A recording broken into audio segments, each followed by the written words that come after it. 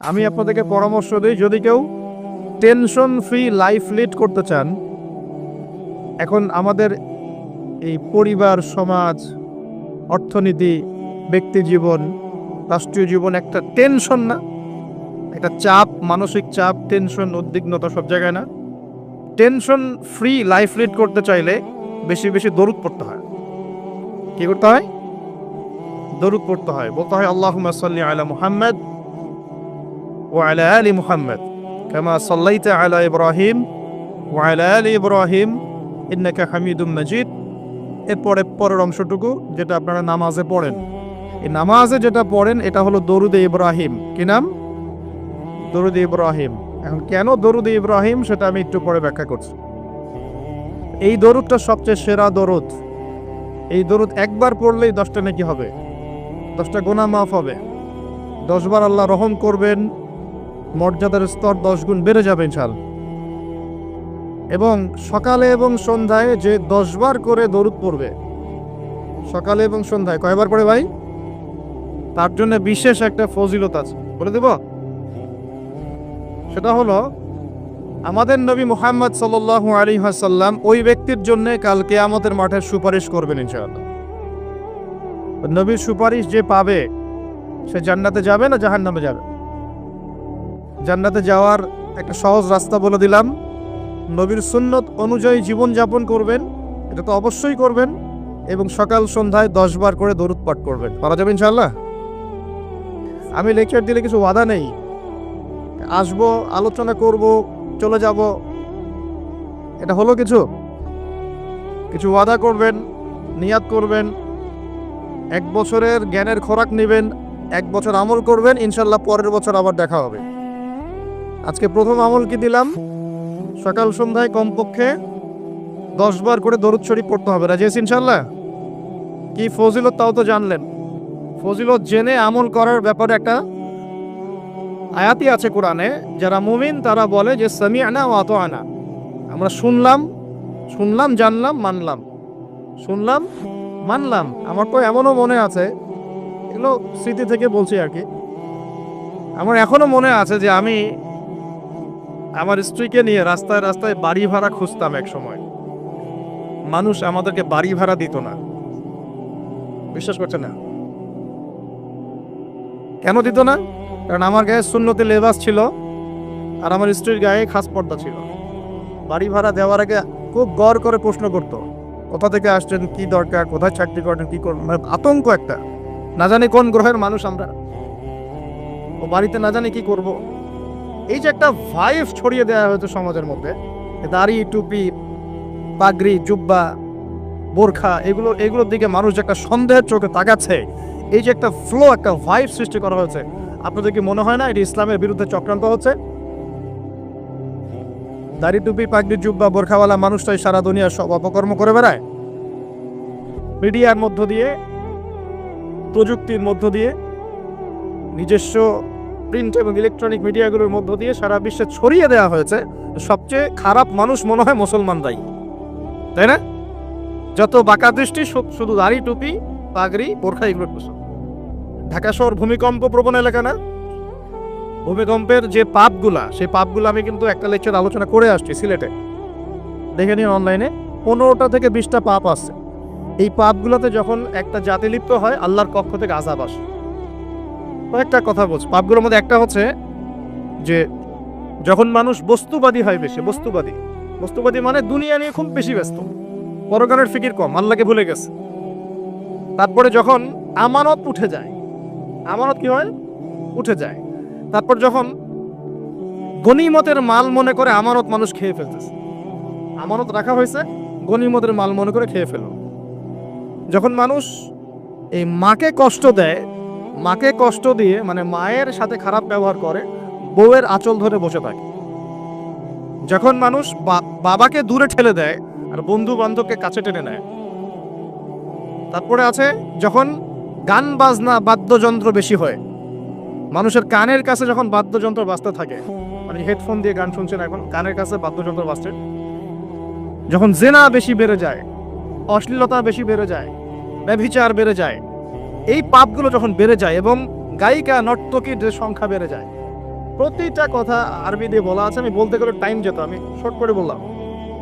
এই কাজগুলো যখন একটা সমাজের মধ্যে বেশি হয় তখন ওই জায়গায় আল্লাহর পক্ষ থেকে দুইটা মারাত্মক মানে আযাব আসে। তার মধ্যে একটা হচ্ছে মহামারী, একটা হচ্ছে এই ভূমিকম্প।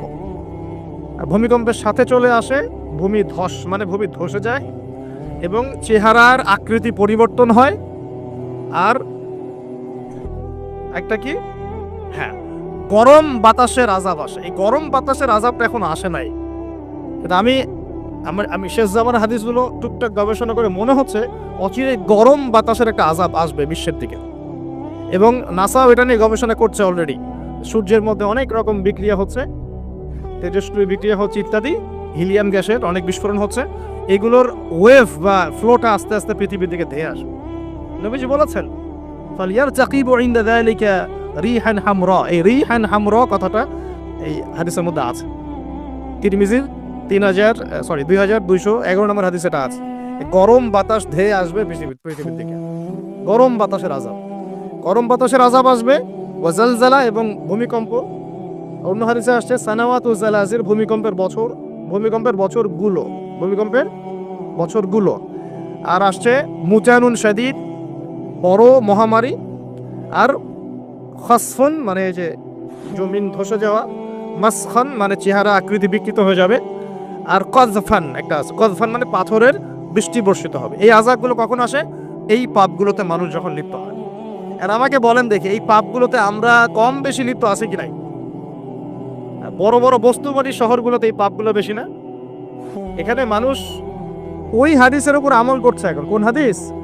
নবী সাল্লাল্লাহু আলাইহি ওয়াসাল্লামের ইন্তেকালের 80 থেকে 85 দিন আগে একটা হাদিস তিনি বলে গেছে, একদম শেষের দিকে, জীবনের শেষের দিকে। ওই হাদিসটাকে বলে হাদিসে জিবরিল। কি বলে? নবীজিকে জিবরাইল আলাইহিস সালাম মানুষের রূপ ধরে এসে জিজ্ঞাসা করেছিলেন যে কিয়ামত কবে হবে। নবীজিকে জিবরাইল আলাইহিস সালাম মানুষের রূপ ধরে সবার সামনে জনসমক্ষে এসে জিজ্ঞাসা করেছেন কিয়ামত কবে হবে। নবীজি বলছেন মাত্র দুটো আলামত বলেছেন। কয়টা ভাই? দুইটা। একটা হচ্ছে আনতালিদাল আমাতু রাব্বাতুহা, দেখবে যখন দাসী মনিবকে জন্ম দিচ্ছে। দাসী মনিবকে জন্ম দিচ্ছে মানে কি? সমাজের ন্যায় অন্যায়, হক বাতিল, হালাল হারাম, এই যে মানদণ্ড সব উল্টে যাবে। হালাল হবে হারাম, হারাম হবে হালাল, ন্যায় হবে অন্যায়, অন্যায় হবে ন্যায়, হক হবে বাতিল, বাতিল হবে হক, জায়েজ না জায়েজ, না জায়েজ জায়েজ। হ্যাঁ, মানুষ এই মানদণ্ড চেঞ্জ করে না এখন। বুঝতে পারছেন না মনে হয়? এখন সমাজের সত্য মিথ্যা, ন্যায় অন্যায়ের মানদণ্ড কি কোরআন সুন্নাহ এখনো টিকে আছে?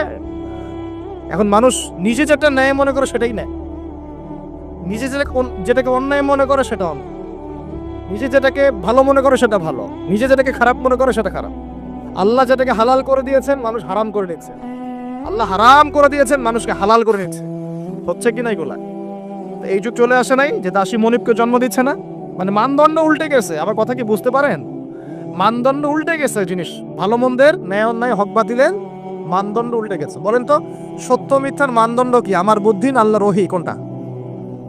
সত্য মিথ্যা, ন্যায় অন্যায়, হক বাতিলের চূড়ান্ত মানদণ্ড কি? আমার বুদ্ধি নাকি আল্লাহ পাকের কোরআন সুন্নাহ? কোনটা? কিন্তু সমাজে কি সেটাই বাস্তবায়িত আছে 100%? 50% কি আছে? তো এই সমস্যাটা কি চলছে কিনা? তার মানে কি আমাদের এই বড় আলামতটা আমরা দেখছি কিনা? দেখছি। গেল 2 নাম্বারটা নবী বলছেন ওয়া আনতারাল হুফাতাল উরাতাল আলাতা রিয়া আশাই ইয়াতাতাওয়ালুনা ফিল বুনিয়ান। নবীজি বলছেন যখন দেখা যাবে সমাজের সবচেয়ে দরিদ্র শ্রেণীর মানুষ, স্যান্ডেল কেনার টাকা ছিল না, কাপড় পরার টাকা ছিল না, এই শ্রেণীর মানুষ, রাখাল মানে গরু ছাগল চড়াতো, এই শ্রেণীর মানুষ উঁচু উঁচু অট্টালিকা নির্মাণের প্রতিযোগিতা করবে। ভালো করে বোঝেন, নবীজি বলছেন না ধনীরা, সমাজের ধনীরা অট্টালিকা নির্মাণের প্রতিযোগিতা করবে। নবীজি এই কথা বলছেন না হাদিসে। নবীজি বলছেন সবচেয়ে দরিদ্র শ্রেণীর মানুষ, রাখাল শ্রেণীর মানুষ, স্যান্ডেল নাই, গায়ে জামা নাই, এরা উঁচু উঁচু অট্টালিকা নির্মাণের প্রতিযোগিতা করবে। করছে কিনা? কিভাবে সম্ভব? এই শ্রেণীর মানুষের অট্টালিকা নির্মাণ না, নির্মাণের কম্পিটিশন করা কিভাবে সম্ভব? 1 সুদের মধ্য দিয়ে, 2 করাপশন দুর্নীতির মধ্য দিয়ে, 3 অন্যের সম্পদ আত্মসাৎ করার মধ্য দিয়ে। এই সমস্যাগুলো চলছে কিনা সমাজে? এরাই যখন 10-20 তলা বিল্ডিং উঠাবে তখন তো আর মানুষকে মানুষই মনে করবে না। বুঝতে পারছেন না ওরা? এদের তো কোনো পড়াশোনা নাই, কোনো ব্যক্তিত্ব নাই, কোনো দিনই এলেম নাই, রুচিবোধ নাই, কালচার না, সামাজিক না, এ তো মানে অসামাজিক। এরা যখন এদের হাতে যখন আপনি সম্পদ চলে যাবে, এরা তো সাধারণ মানুষকে মানুষই মনে করবে না, গরিব মানুষকে এরা কিছুই মনে করবে না, ও মনে করবে আমি সবকিছু। আমরা দেখেছি যার একটা বাড়ি আছে ঢাকায়, ও মানুষকে মানুষই মনে করে না, মানুষকে মানুষই মনে করে না, যে মনে করে আমি আমি শহরের মালিক। হ্যাঁ, কি একটা অবস্থা মানুষের মধ্যে, যে কি অহংকার, কি আত্ম অহংকার, দালান করার যে অহংকার, এই সমস্যাগুলো হলে আল্লাহ ভূমিকম্পে ধসাই দিবেন না? দেখেন নাই কয়দিন আগে কি হলো? গতকালকে যে কোটিপতি ছিল তার পরের দিন রুটি নিয়ে দাঁড়ায় আছে। গতকালকে আইসক্রিম বিক্রি করেছে নাচানাচি করে, তারপরের দিন বসে আছে, কিচ্ছু নাই। আল্লাহ পাক এই পাপগুলো দেখে সবর করেছেন, ধৈর্য ধরেছেন। ধৈর্য ধরে একসময় যখন আল্লাহ পাকের আযাব চলে আসছে, একবারে সব সমল উৎপাদিত হয়ে গেছে। আমরা তো কারো দুঃখে খুশি না, বরং এগুলো সারা দুনিয়ার মুসলমানদের জন্য শিক্ষা। সারা দুনিয়ার মুসলমান যে যেখানে আছি, আমাদের সবার জন্য এটা শিক্ষা। এই পাপগুলোতে আমরা লিপ্ত হই, আল্লাহ পাক ছাড় দিলেও ছাড়বেন না। আল্লাহ পাক ছাড় দিবেন কিন্তু ছাড়বেন না। মানুষের মধ্যে এখন সম্পদের যে অহমিকা, গরিব মানুষকে মানুষই মনে করে না, খেটে খাওয়া মানুষকে মানুষই মনে করে না। রিক্সাওয়ালা, যারা নিম্নবিত্ত, নিম্ন মধ্যবিত্ত, চা বিক্রি করে, পানের দোকান করে, হালাল খায়, কৃষক, এই মানুষগুলোকে এখন বড়লোকা মানুষই মনে করে না। যাকাত তো দেয়ই না, যাকাত তো তার উপরে ছিল ফরজ, ওই যাকাত তো দেয়ই না যে এই খাবার তার কাছে পৌঁছাবে। উল্টা কিভাবে তাদের সম্পদ লুটে পুটে খাওয়াতে সেই বোধ। আবার দিলেও যে কত শর্ত, বাপরে বাপ। তো কিছুটা মনের কষ্ট থেকে বললাম কথাগুলো আর কি, যে আসলে আপনি যখন কোরআন এবং সুন্নাহর জ্ঞানী হবেন না, তখন অন্যকে সম্মান দিতে পারবেন না। আমরা বড় বড় স্লোগান দিই যে অমুক অমুকের সেবক, অমুক অমুকের সেবক। আসলে সেবা সত্যিকার অর্থে করছি? আল্লাহ পাক তার রাসূলের মাধ্যমে জানিয়েছেন, এই হাদিসটা একটু শোনেন তারপর সামনে যাই। আল্লাহ পাক তার রাসূলের মাধ্যমে আমাদেরকে জানিয়েছেন, শোনো, আলা কুল্লুকুম রাইন, তোমাদের প্রত্যেকে হচ্ছে দায়িত্বশীল। তোমাদের প্রত্যেকেই দায়িত্বশীল। কেউ পরিবারের দায়িত্বশীল, কেউ ব্যবসা প্রতিষ্ঠানের দায়িত্বশীল, কেউ তোমার চাকরির প্রতিষ্ঠানের দায়িত্বশীল, কেউ সামাজিক দায়িত্বে আছো, কেউ প্রশাসনে, কেউ পররাষ্ট্র ইত্যাদি। তোমাদের প্রত্যেকেই দায়িত্বশীল। কুল্লুকুম রাইন ওয়া কুল্লুকুম মাসউলুন আন রাইয়াতি, এবং তোমাদের প্রত্যেককে যার যার দায়িত্ব সম্পর্কে আল্লাহ কিয়ামতের মাঠে জিজ্ঞাসা করবে। আমরা কি উত্তর দেওয়ার জন্য প্রস্তুত আছি ভাই? সবার আগে আমি দেখি, আমি আমার উপর দায়িত্বশীল না? মনে করেন আমি বা আমাদের মতো যারা আছেন, যারা দায়ী ইলাল্লাহ, আলেম ওলামা, যারা উম্মার জন্য ভালো চিন্তা করেন, জনগণকে পথ দেখানোর চেষ্টা করেন, তাদের উপর সবচেয়ে বড় আমানত হচ্ছে কোরআন এবং হাদিস। তাদের উপর সবচেয়ে বড় আমানতটা কি? কোরআন এবং সুন্নাহ, এই জ্ঞানটাকে সত্যটাকে স্পষ্ট করে দেওয়া, এইটার আলোকে সত্য মিথ্যাকে স্পষ্ট করে দেয়া। কতজন মানুষ এই কাজটা করতেছে? কেউ হিকমাত দোহাই পেরে সত্য মিথ্যা স্পষ্ট করে না, কেউ চাকরি চলে যাবে এই ভয়ে সত্য কথা বলে না, কেউ আমার এই হবে সেই হবে কত কি চিন্তা করে সত্যের সাথে মিথ্যা তালগোল পাকায় সময় পার করতেছে। ওয়াজ মাহফিল বাংলাদেশের দিন প্রচারের একটা অন্যতম প্ল্যাটফর্ম। সারা দেশে মনে হয় প্রতিদিন 100-200 মাহফিল হয় কি না? কিন্তু আপনি দেখবেন প্রচুর মাহফিল, অহেতুক গাল গল্প, কেচ্ছা কাহিনী, টাইম নষ্ট করা। হয়তো একজন আয়োজন করেছে, ওদের টার্গেট আমি টাকা কালেকশন করব, আর বক্তাও এখানে সুযোগ নিবে, কালেকশনে এত পার্সেন্ট আবার, ঠিক আছে? তারপরে জনগণও আসবে, কেউ আসছে ভিডিও করতে, কেউ সেলফি উঠাইতে, কেউ এটা কেউ সেইটা, ওদিকে চানাচুর খাচ্ছে, ওদিকে মেলা লাগছে, এরকম দেখেন। এক একজন এক এক উদ্দেশ্য। আসলে উদ্দেশ্য কি আমার এখানে? উদ্দেশ্য হবে আমি আল্লাহর দ্বীনের সত্য কথাগুলো কোরআন সুন্নাহর মানদণ্ডে যাচাই বাছাই করে যুগোপযোগীভাবে জনগণের বুঝ অনুযায়ী তাদেরকে বুঝিয়ে দিয়ে আসবে। জনগণ কি করবে? অডিয়েন্স, তারা এখানে আসবে একটা নিয়াতে, আমরা কোরআন সুন্নাহ শুনবো, কোরআন সুন্নাহর কথাগুলোকে মেলাবো, যাচাই করব, যদি কোরআন সুন্নাহর সাথে মিলে যায় আমি গ্রহণ করবো, যদি বক্তার কথা কোরআন সুন্নাহর সাথে না মেলে আমি নিব না। আমি কেন, যত বড়ই বুজুর্গ বক্তা আসুক না কেন, আলেম আসুক না কেন, কোরআন সুন্নাহর সাথে যদি তাদের কথাগুলো মিলে না যায়, সেই কথা কখনোই আপনি গ্রহণ করবেন না। করবেন? কখনো কখনো কেউ অজ্ঞতাবশত এমন কথা বলতে পারে যেটা কোরআন সুন্নাহয় নাই। এটা যদি অজ্ঞতাবশত হয় তাহলে সে জ্ঞান অর্জন করলে আপনাকে শুধরে দিবে ইচ্ছা। আর যদি কেউ ইচ্ছা করে এগুলো করে, তাহলে আপনার উপর দায়িত্ব হচ্ছে কোরআন সুন্নাহর মানদণ্ডে যাচাই করে তার কথা গ্রহণ করা। এই কাজটাই বা কয়জন করে? শ্রোতাদের মধ্যে অনেকে আসছি বক্তাকে একবার দেখবো, চলে যাও। কেউ আসছে সেলফি উঠা, কেউ মোবাইলে ছবি তুলবে, কেউ ভিডিও করবে। প্রতিটা কাজের উদ্দেশ্য কি? আমাদের দিনই কাজের উদ্দেশ্য হবে এই কাজগুলোর ওসিলায় পরকালে আল্লাহর নাজাত যেন পাই ইনশাআল্লাহ, এবং দুনিয়াতে আল্লাহর দিন যেন এগিয়ে যায়, উপকৃত হয়। রিজিক, টাকা পয়সা, উন্নয়ন সবকিছু আল্লাহ পাকে দিবে ইনশাআল্লাহ। আল্লাহ দিবেন না? ইসলামপন্থীদের হাতেই সবচেয়ে বেশি রিজিক থাকবে ইনশাআল্লাহ। ইসলামপন্থীদের হাতেই সবচেয়ে বেশি সচ্ছলতা থাকবে ইনশাআল্লাহ। আর আগামীতে যে দিন আসতে যাচ্ছে, যে অর্থনৈতিক সংকটময় বিশ্ব আসতে যাচ্ছে, এই সময় যে কোরআন সুন্নাহর আলোকে ইকোনমিক্স ঢেলে সাজাবে, সেই পার পাবে, অন্য কেউ পার পাবে না। বিশ্বাস করছেন না? দেখে নিয়ে যাকাত যদি এখনো চালু না হয়, তাহলে গরিব মানুষের পেটে এবার লাথি মারা হবে সামনে। দেখে নিয়ে যাকাত চালু করতে হবে। খালি কোটি কোটি টাকা প্রতি মাসে মাসে কামাই করব, যাকাত দিব না, এটা বাদ দিয়ে দেন। যাকাত যে দিবে না সেও বিপদে পড়বে, যাকাত যাকে দেয়া হবে না তারও অর্থনৈতিক মন্দা শুরু হলো। যাকাত আল্লাহ পাক দিয়েছেন কোরআনের অর্থনীতি মানে যাকাত। কোরআনের অর্থনীতি মানে ব্যবসা। কোরআনের অর্থনীতি মানে সাদাকা। কোরআনের অর্থনীতি মানে কৃষিভিত্তিক অর্থনীতি। এই পুরো বিষয়গুলোর মধ্যে সারা বিশ্বের অর্থনীতি পড়ে যায়। কিন্তু এখন আমরা এগুলো সব না হলেও অনেকগুলো অংশই সরিয়ে দিয়ে সুদ চালু করে এটা দিয়ে খাচ্ছি আর কি।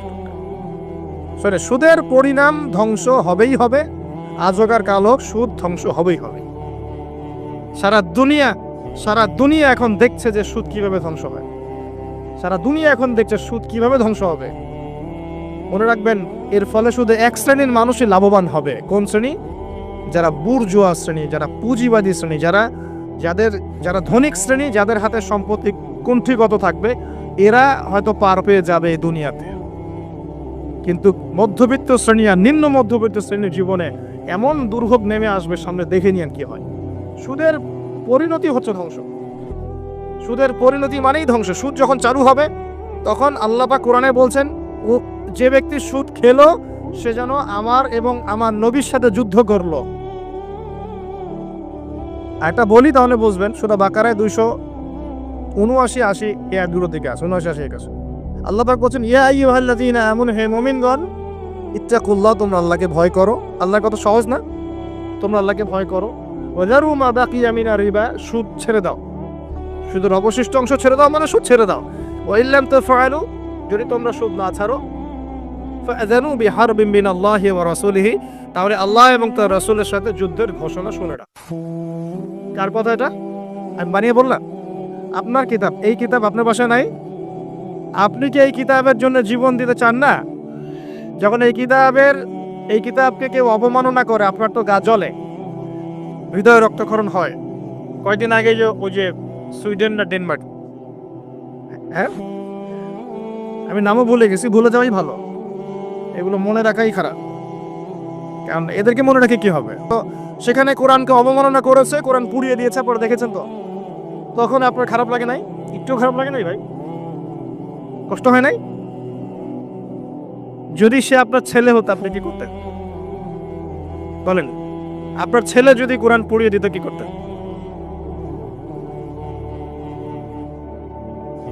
এখন আমাকে বলেন, ওই কোরআনেই আছে সুদ খাওয়া মানে আল্লাহ এবং তার রাসূলের সাথে যুদ্ধ করা।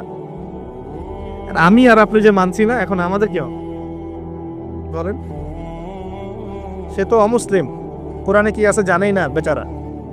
কোরআনের প্রতি অনেক ক্ষোভ, কারণ কোরআন ওদের সমস্ত জাহেলিয়াত, অন্যায়ের বিরুদ্ধে কথা বলে। এই জন্য কোরআনকে পুরা দিতে চায় এবং নবীকেও গালিগালাজ করে, তাই না? ইসলামের বিরুদ্ধে দাঁড়া যায়, ইসলামের বিরুদ্ধে ওরা চেষ্টা চালায়, কারণ ওরা জানে না ইসলাম কি, ওরা বোঝে না কোরআন কি, ওরা বোঝে না মুহাম্মদ সাল্লাল্লাহু আলাইহি ওয়াসাল্লাম কে, তিনি কেমন আদর্শ, কেমন মানুষ, তিনি যে পুরো বিশ্বের জন্য রহমত, ওরা তো জানেই না, বোঝেই না। আমরা জানি না? এখন আমরা যে জানি, কিন্তু আমরা যে কোরআন পড়তে জানি না। আমরা তো জানি, কিন্তু আমরা তারপরেও যে কোরআন তেলাওয়াত করতে পারি না। জানার পরেও যে কোরআনের অর্থ কোনোদিন পড়ে দেখলাম না। আরে কত বছর তো অর্থ পড়তে বলেছিলাম যে অর্থগুলো একটু পড়ে দেখেন, বাপরে বাপ।